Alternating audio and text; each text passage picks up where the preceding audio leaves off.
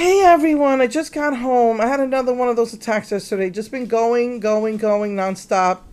And then yesterday, just gonna try and get some stuff done, but nope. Had another one of those shaking attacks that I don't even, uncontrollable shaking, stress attacks.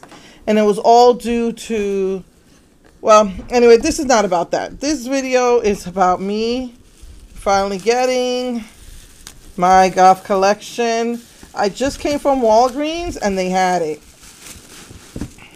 I love that they're taking care of it and packaging it well. So I went to 2 Walgreens and this right here was gone.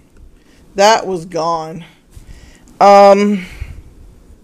So you have this stick. I was checking it out in the store. It looks like it's got a bluish iridescence. You have the white raven. This is the purple haze. This is the moon tears. Yeah, it's gold. I don't know why. This was gone. This is the only thing that was gone from the stores. Honestly, I think someone's buying them up and gonna probably put them on eBay for $1 trillion. That's the pink, and it looks very warm.